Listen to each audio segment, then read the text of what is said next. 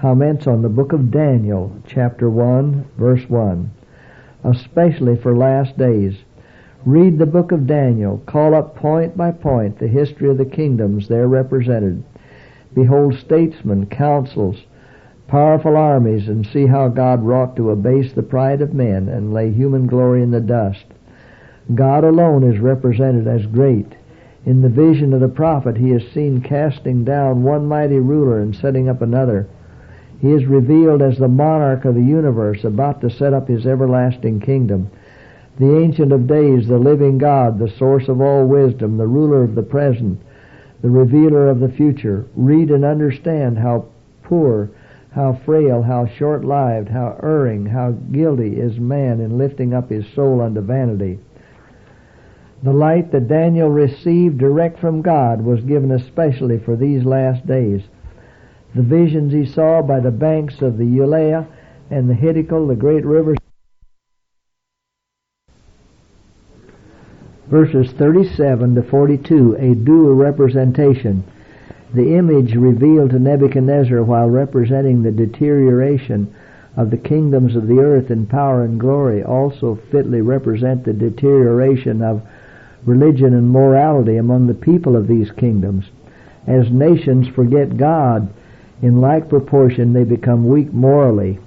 Babylon passed away because in her prosperity she forgot God and ascribed the glory of her prosperity to human achievement.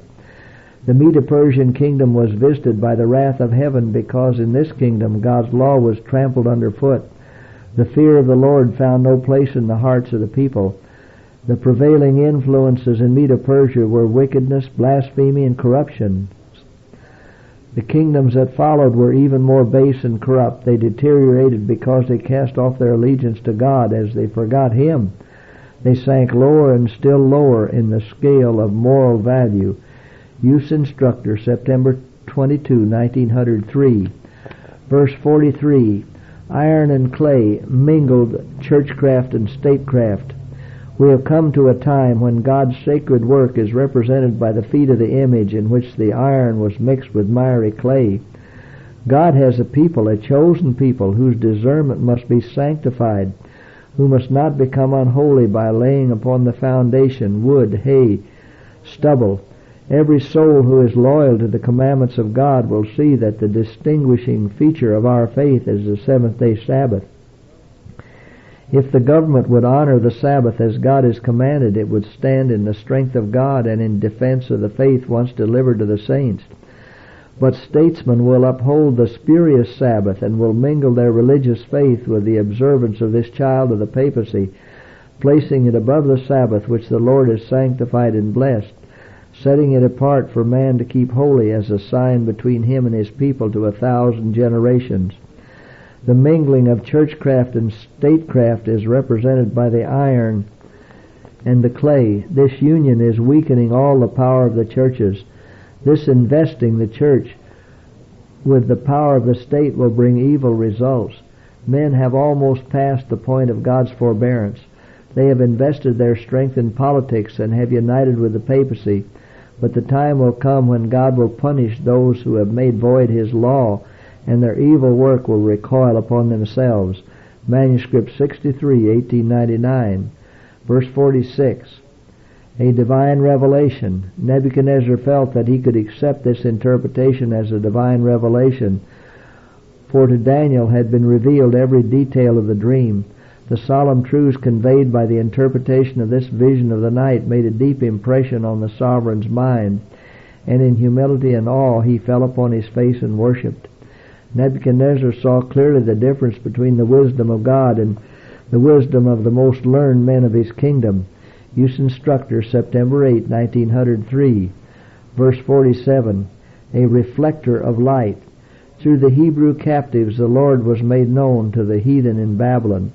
This idolatrous nation was given a knowledge of the kingdom the Lord was to establish, and through His power maintain against all the power and craft of Satan. Daniel and his fellow companions, Ezra and Nehemiah, and many others were witnesses for God in their captivity. The Lord scattered them among the kingdoms of the earth, that their light might shine brightly amid the black darkness of heathenism and idolatry. To Daniel God revealed the light of his purposes, which had been hidden for many generations. He chose that Daniel should see in vision the light of his truth, and reflect this light on the proud kingdom of Babylon. On the despot king was permitted to flash light from the throne of God. Nebuchadnezzar was shown that the God of heaven was ruler over all the monarchs and kings of earth. His name was to go forth as the God over all gods. God desired Nebuchadnezzar to understand that the rulers of earthly kingdoms had a ruler in the heavens. God's faithfulness in rescuing the three captives from the flames and vindicating their course of action showed his wonderful power. Great light shone forth from Daniel and his companions. Glorious things were spoken of Zion, the city of the Lord. Thus the Lord designs that spiritual light shall shine from his faithful watchmen in these last days. If the saints in the Old Testament bore such a decided testimony of loyalty, how should God's people today, having the accumulated light of centuries, shine forth when the prophecies of the Old Testament shed their veiled glory into the future? Letter 22, 1899. Chapter 3, verses 1 to 5, a last day image. By many the Sabbath of the fourth commandment is made void, being treated as a thing of naught, while the spurious Sabbath, the child of the papacy, is exalted. In the place of God's laws are elevated the laws of the man of sin, laws that are to be received and regarded as the wonderful golden image of Nebuchadnezzar was by the Babylonians. Forming this great image, Nebuchadnezzar commanded that it should receive universal homage from all, both great and small, high and low, rich and poor. Manuscript 24, 1891. Something unusual anticipated. When the king saw that his will was not received as the will of God, he was full of fury, and the form of his visage was changed against these men.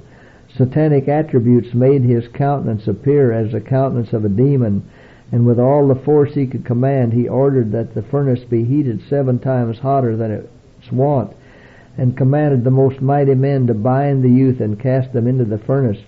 He felt that it required more than ordinary power to deal with these noble men. His mind was strongly impressed that something unusual would interpose in their behalf, and his strongest men were ordered to deal with them. Signs of the Times, May 6, 1897. Verse 25, Christ revealed by captives. How did Nebuchadnezzar know that the form of the fourth was like the Son of God? He had heard of the Son of God from the Hebrew captives that were in his kingdom. They had brought the knowledge of the living God who ruleth all things. Review and Herald, May 3, 1892. Verse 28, associates understood faith. These faithful Hebrews possessed great natural ability and intellectual culture, and they occupied a high position of honor. But all these advantages did not lead them to forget God. All their powers were yielded to the sanctifying influence of divine grace. By their godly example, their steadfast integrity, they showed forth the praises of Him who had called them out of darkness into His marvelous light. In their wonderful deliverance was displayed before that vast assembly the power and majesty of God. Jesus placed Himself by their side in the fiery furnace, and by the glory of His presence convinced the proud king of Babylon that it could be no other than the Son of God. The light of heaven had been shining forth from Daniel and his companions until all their associates understood the faith which ennobled their lives and beautified their characters. Review and Herald, February 1, 1881. Chapter 4. Men of destiny watched with vigilance. The Lord God omnipotent reigneth. All kings, all nations are His, under His rule and government. His resources are infinite. The wise man declares, the king's heart is in the hand of the Lord. As the rivers of water, He turneth it whithersoever He will. Those upon whose actions hang the destiny of nations are watched over with a vigilance that knows no relaxation by Him who giveth salvation unto kings, to whom belong the shields of the earth. Review and Herald, March 28, 1907. Some today, like Nebuchadnezzar, We are living in the last days of this earth's history, and we may be surprised at nothing in the line of apostasies and denials of the truth. Unbelief has now come to be a fine art which men work at to the destruction of their souls. There is constant danger of there being shams and pulpit preachers whose lives contradict the words they speak. But the voice of warning and of admonition will be heard as long as time shall last, and those who are guilty of transactions that should never be entered into when reproved or counseled through the Lord's appointed agencies will resist the message and refuse to be corrected. They will go on as did Pharaoh and Nebuchadnezzar until the Lord takes away their reason and their hearts become unimpressible. The Lord's word will come to them, but if they choose not to hear it, the Lord will make them responsible for their own ruin. Verse 37, Nebuchadnezzar thoroughly converted. In Daniel's life, the desire to glorify God was the most powerful of all motives. He realized that when standing in the presence of men of influence, a failure to acknowledge God as the source of his wisdom would have made him an unfaithful steward, and his constant recognition of the God of heaven before kings, princes, and statesmen detracted not one iota from his influence. King Nebuchadnezzar, before whom Daniel so often honored the name of God, was finally thoroughly converted and learned to praise and extol and honor the King of Heaven. Review in Herald, January 11, 1906. A warm and eloquent testimony. The king upon the Babylonian throne became a witness for God, giving his testimony warm and eloquent from a grateful heart that was partaking of the mercy and grace, the righteousness and peace of the divine nature. Use Instructor, December 13, 1904. Chapter 5, verses 5 to 9. Presence of unseen guest felt. A watcher who was recognized but whose presence was a power of condemnation looked on this scene of profanation. Soon the unseen and uninvited guest made his presence felt.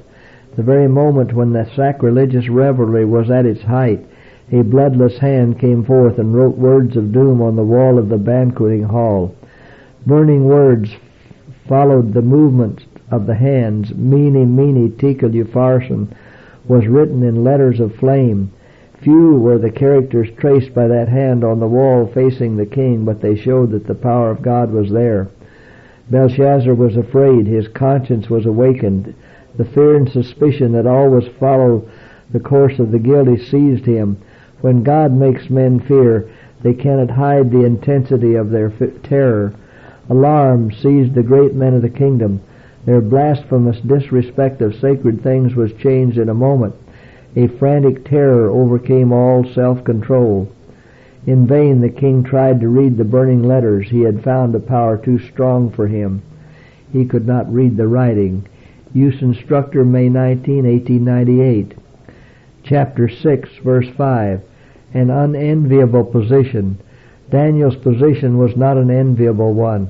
He stood at the head of a dishonest, prevaricating, godless cabinet whose members watched him with keen, jealous eyes to find some flaw in his conduct. They kept spies on his track to see if they could not in this way find something against him.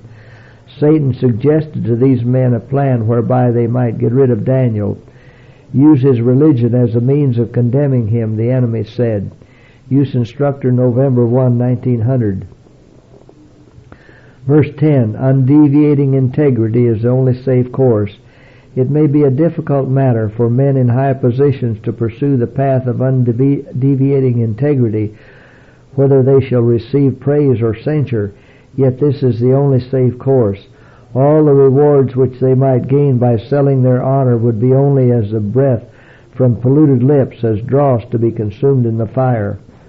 Those who have moral courage to stand in opposition to the vices and errors of their fellow men, it may be of those whom the world honor, will receive hatred, insult, and abusive falsehood. They may be thrust down from their high position because they would not be bought or sold, because they could not be induced by bribes or threats to stain their hands with iniquity.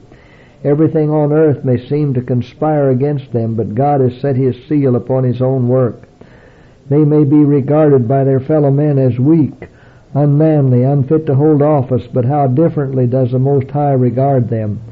Those who despise them are the really ignorant, while the storms of calumny and reviling may pursue the man of integrity through life and beat upon his grave. God has the well done prepared for him. Folly and iniquity will at best yield only a life of unrest and discontent, and at its close a thorny dying pillow.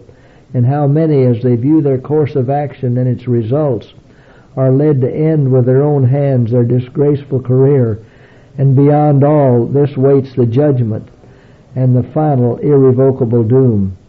Depart.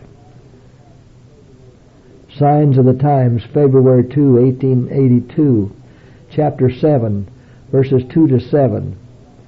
Messiah's ensign, a lamb.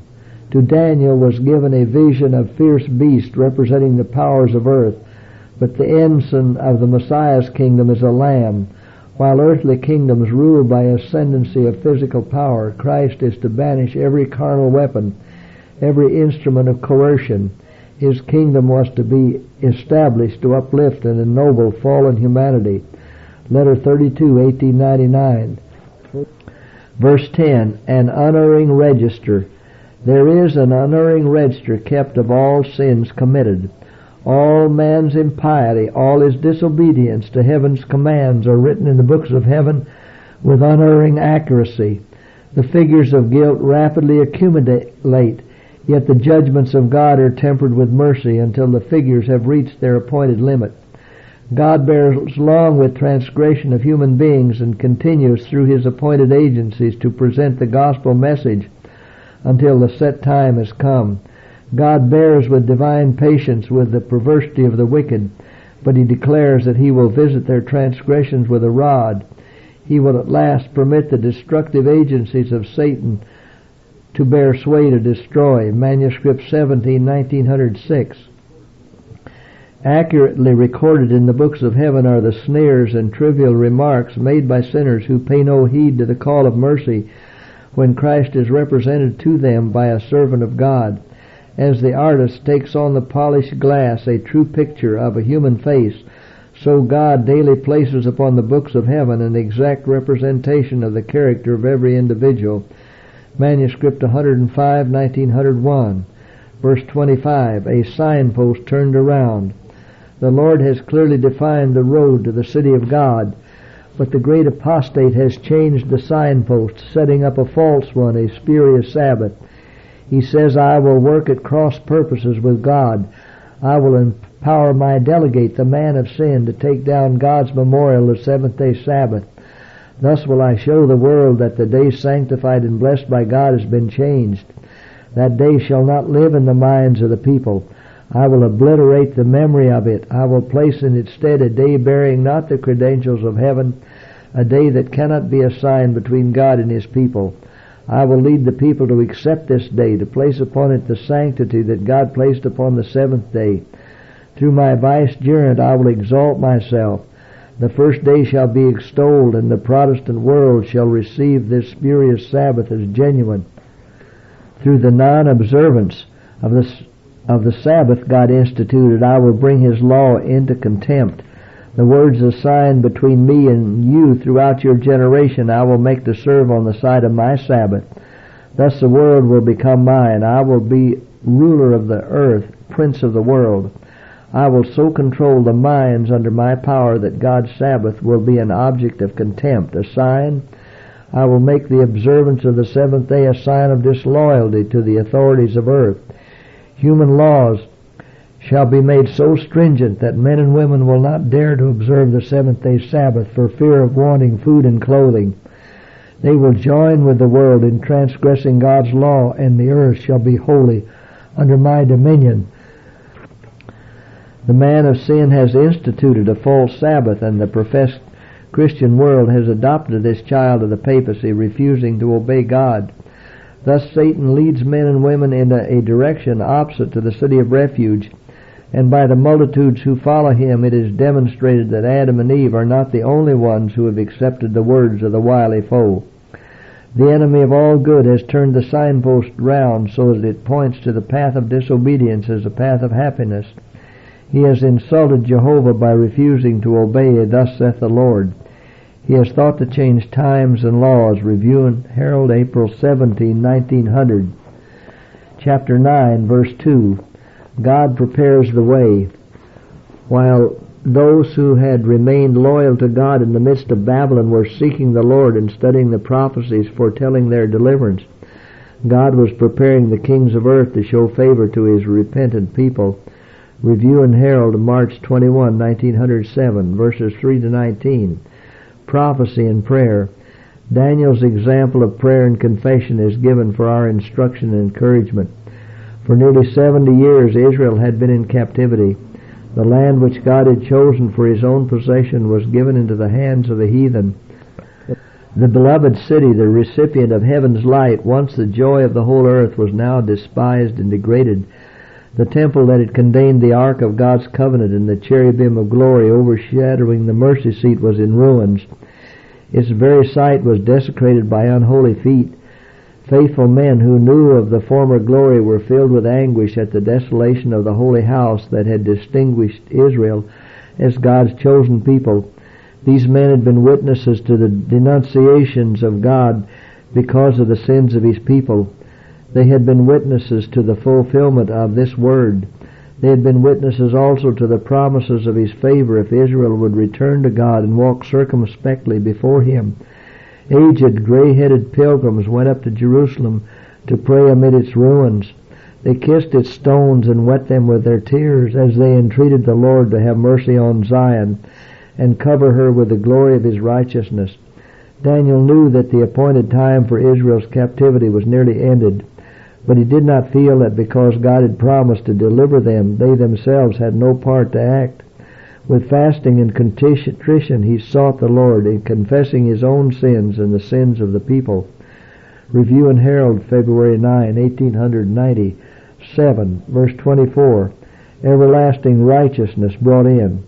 Through His chosen agencies, God will graciously make known His purposes. Then the grand work of redemption will go forward. Men will learn of the reconciliation for iniquity and of the everlasting righteousness which the Messiah has brought in through His sacrifice. The cross of Calvary is the great center. This truth acted upon will make Christ's sacrifice effectual. This is that which Gabriel revealed to Daniel and answered a fervent prayer. It was of this that Moses and Elijah and Christ talked at His transfiguration. By the humiliation of the cross, He was to bring everlasting deliverance to all who would walk after Him, giving positive evidence that they are separated from the world. Letter 201, 1899. Chapter 10, verses 5 to 7. Christ appeared to Daniel. No less a personage than the Son of God appeared to Daniel. This description is similar to that given by John when Christ was revealed to him upon the Isle of Patmos. Our Lord now comes with another heavenly messenger to teach Daniel what would take place in the latter days. This knowledge was given to Daniel and recorded by inspiration for us, upon whom the ends of the world are come. Review in Herald, February 8, 1881, verses 12 and 13. Right counsel versus evil counsel. Daniel 10, 12 and 13 quoted. By this we see that heavenly agencies have to contend with hindrances before the purpose of God is fulfilled in its time. The king of Persia was controlled by the highest of all evil angels. He refused, as did Pharaoh, to obey the word of the Lord.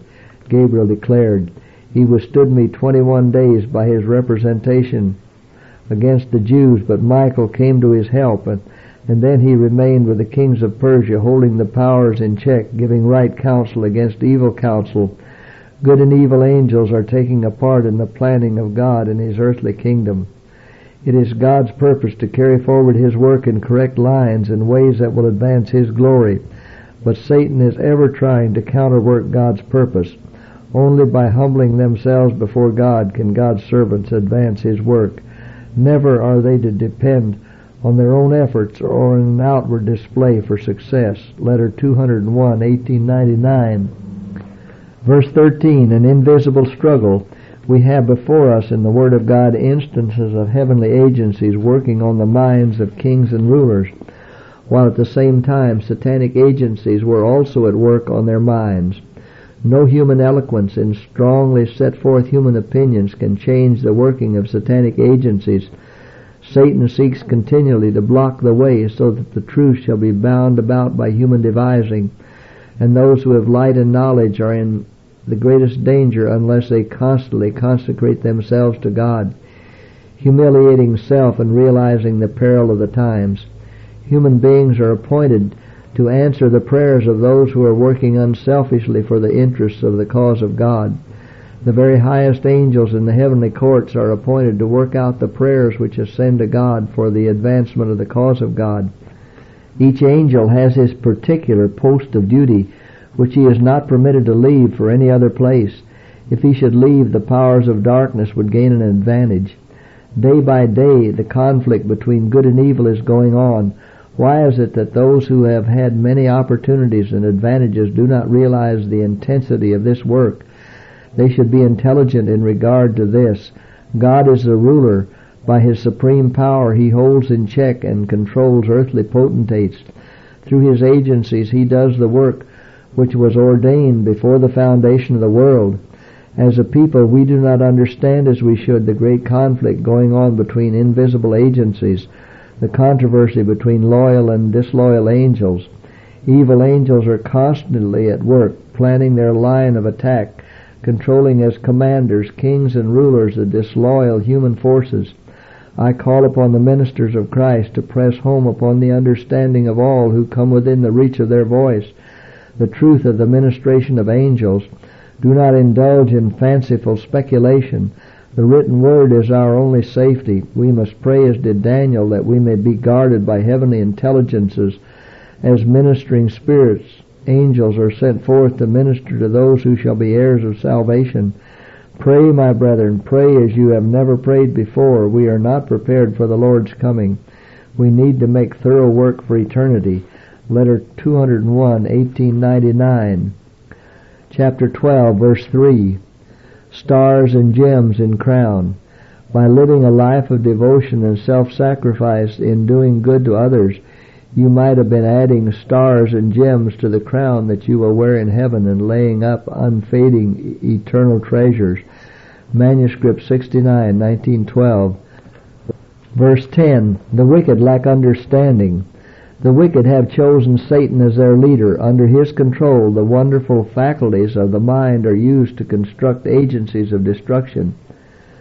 God has given the human mind great power to show that the Creator has endowed man with ability to do a great work against the enemy of all righteousness, power to show what victories may be gained in the conflict against evil. To those who fulfill God's purpose for them will be spoken the words, "Well done, good and faithful servant. Thou hast been faithful over a few things. I will make thee ruler over many things. Enter thou into the joy of thy Lord." The human machinery has been used to do a work that is a blessing to humanity, and God is glorified. But when those to whom God has entrusted capabilities give themselves into the hands of the enemy, they become a power to destroy. When men do not make God first and last and best in everything, when they do not give themselves to Him for the carrying out of His purpose, Satan comes in and uses in his service the minds that, given to Christ, could achieve great good. Under his direction they do an evil work with great and masterly power. God designed them to work on a high plane of action, to enter into his mind, and thus to acquire an education that would enable them to work the works of righteousness. But they know nothing of this education. They are helpless. Their powers do not guide them aright, for they are under the enemy's control. Letter 141, 1902. Verse 13. Daniel standing in his lot now. Daniel 12, 9, and 4 and 10 and 13 quoted. The time has come for Daniel to stand in his lot. The time has come for the light given him to go to the world as never before.